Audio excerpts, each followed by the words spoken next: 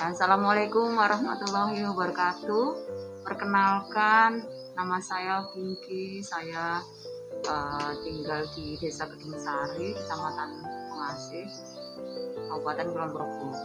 Usaha saya adalah pengolahan hasil pekarangan dari warga di sekeliling rumah saya. Salah satunya adalah lidah buaya dan jahe emprit. Jadi kami olah menjadi teh seperti ini. Tim kami sedang mengerjakan teh, dan jahe ini kami keringkan, kemudian dijadikan serbuk, dicampur dengan serai dan juga menjadi teh.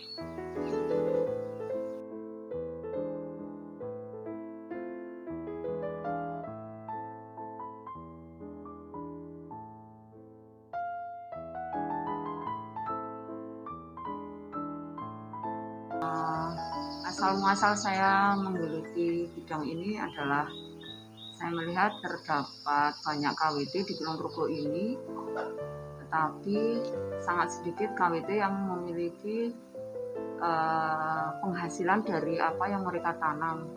Jadi baru sebatas pada tanaman-tanaman yang bisa mereka manfaatkan sendiri untuk keperluan dapur, misalnya seperti cabai, tomat, dan sebagainya. Jadi saya sangat berharap ibu-ibu itu bisa punya penghasilan lain, misalnya dari tanaman rempah. Apalagi saya banyak mendengar bahwa zaman dulu itu Kulon Progo terkenal selain karena hasil kelapanya juga hasil rempah.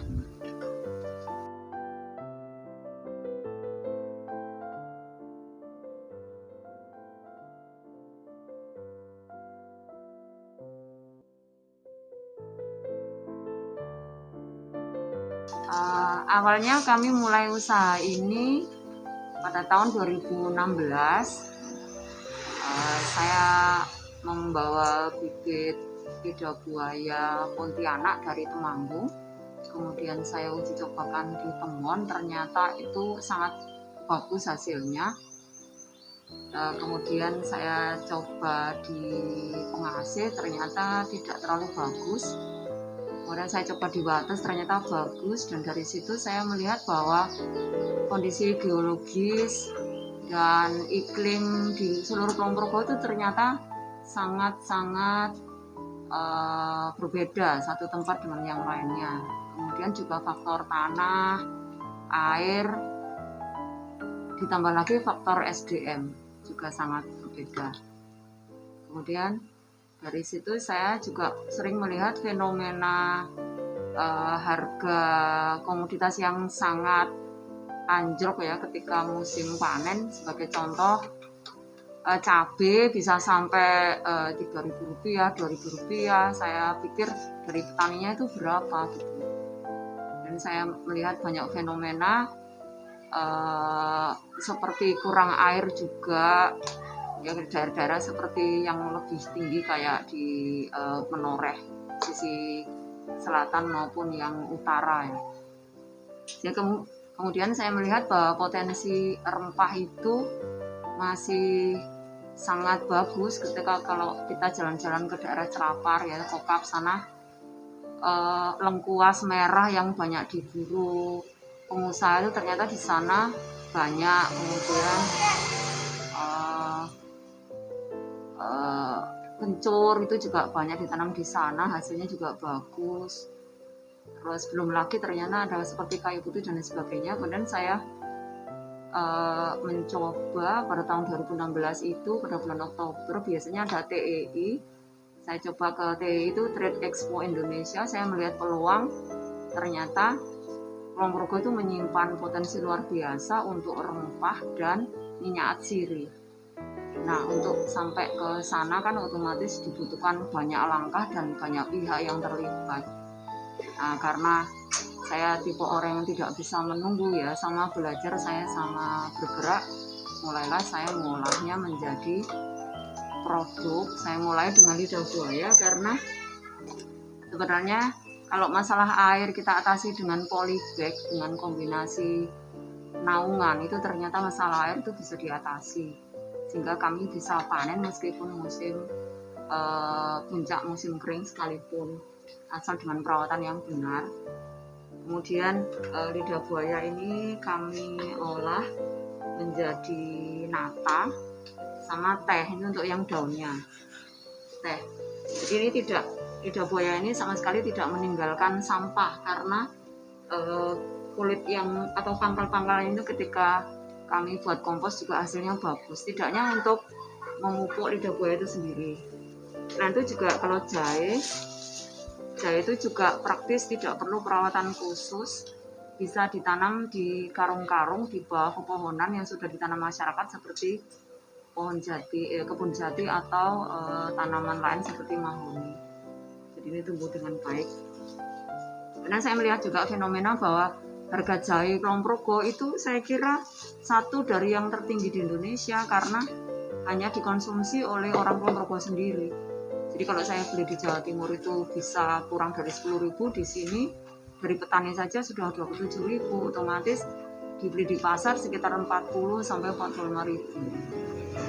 Artinya potensi Kulon Progo sebagai pusat komoditas rempah dan sebagai pasar sekaligus itu sudah sangat bagus untuk mensejahterakan petani.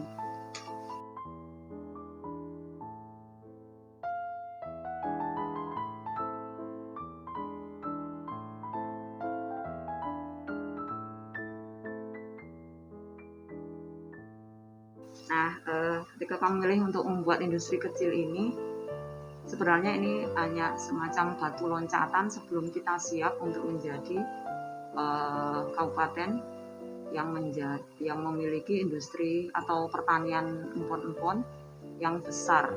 Mungkin dinas sudah berusaha memfasilitasi, tapi kan mungkin dari pihak petani sendiri butuh mentor-mentor ya. Kalau sekarang kan mentor itu kayak kebutuhan pokok sebuah bisnis. Jadi saya hanya menjadi jembatan saja sementara supaya nanti produk empon khususnya ya, dan lidah buaya yang sudah kami kembangkan itu bisa diolah di sini, kemudian keluar dari Kulon Progo itu sudah bernilai tambah. Jadi itu awal keputusan saya untuk fokus di usaha ini.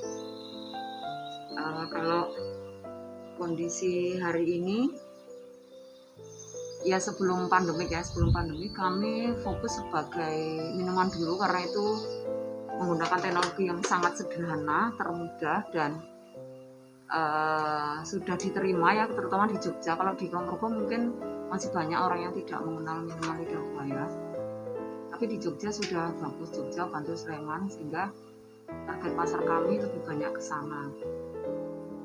Jadi kendala usaha kami ya ada di situ. Kalau usaha yang bagus itu kan dibuatnya di sini dan dibeli orang sini, itu kan berarti yang istilahnya margin keuntungannya itu bisa bagus gitu, hemat transportasi dan lain sebagainya. Tapi karena ini dianggap masih baru sama warga Kulon Progo, jadi target pasar kami masih di luar Kulon Progo. Kemudian kalau suka dukanya apa ya, saya kira semua usaha itu melalui itu yang ya kalau musim kering atau di awal musim kering tuh petani kayak habis hujan dimanjakan oleh alam, lidah buahnya itu gendut-gendut, tiba-tiba pas masuk musim kemarau itu lupa nyiram, lupa kalau alam tidak lagi menyediakan, kemudian pas di store ke kami itu menjadi kempes kayak gitu ya, nggak bisa kita bikin nata ya. Sebagai contoh ya, masuk bulan Juli itu kami sempat merugi karena kami sendiri juga lupa memberitahu petani untuk mulai menyiram, sehingga kami hanya mengambil kulitnya saja karena ternyata dagingnya nggak bisa kami olah. Itu dukanya seperti itu.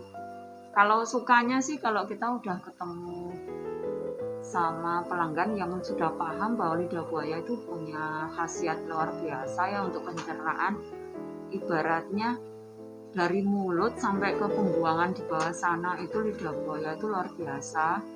Jadi misalnya kita sariawan, itu tinggal ditempel aja nih daun ini dipatahin. Jadi saya menganjurkan setiap keluarga itu punya lidah buaya, ini tinggal dipatahin, ditempel ke sariawannya, kemudian sebelum tidur minum natanya di potongan dagingnya, itu insya Allah paginya itu sudah ringan gitu, tidak nyeri lagi sariawannya dan panas dalamnya sudah teratasi. Atau yang kedua itu misalnya asam lambung dikonsumsi aja tanpa gula ya, karena gula kan juga penyebab asam. Terus kalau untuk usus itu misalnya usus besar, seringkali kan kita perutnya buncit gitu ya, nggak gendut tapi kok perutnya buncit. Nah, di lap dapur yang kotor itu kita rendam pakai lidah buaya selama 1 jam, itu lemaknya bisa hilang. Ya, seperti itulah ketika lidah buaya kita konsumsi. Ya, jadi untuk khususnya bapak-bapak yang buncit ya, kalau ibu-ibu kayaknya nggak ada ya ibu buncit. Itu. Jadi edukasi. Jadi dukanya sementara ini adalah di situ, bahwa di sini masih memerlukan edukasi.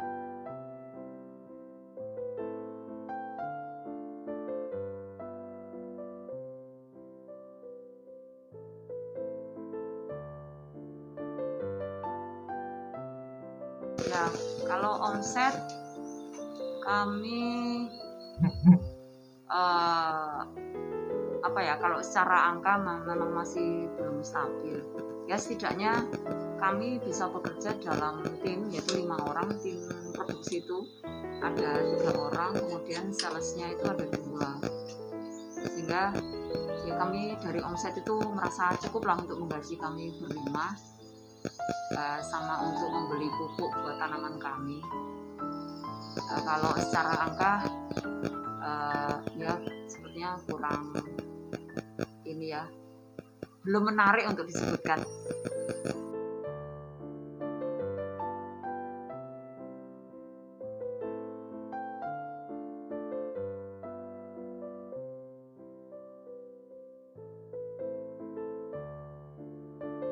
Harapan kedepannya, jadi lidah buaya itu hanya batu loncatan seperti saya sebutkan di depan. Harapannya justru ada di rempah.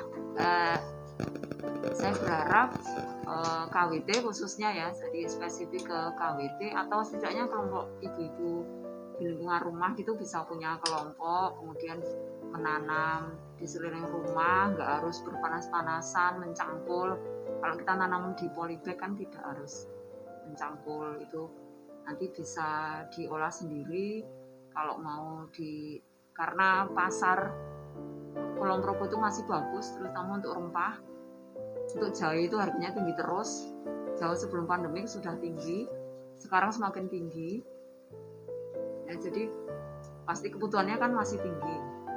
Jadi saya berharap lebih banyak ibu-ibu dan pemuda ya kali ya, karena pertanian itu sekarang, pertanian yang konvensional itu sudah tidak terlalu diminati. Saya berharap pemuda itu bisa mulai menanam pakai planter bag gitu, atau polybag,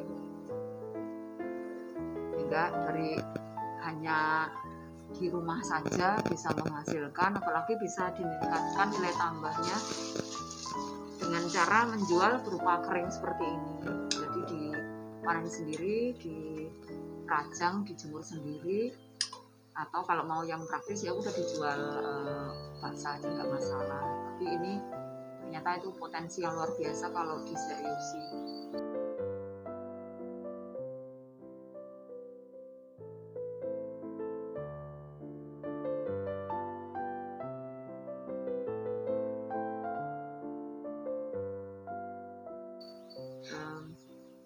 Kalau pesan-pesan saya khususnya untuk ibu-ibu dan pemuda yang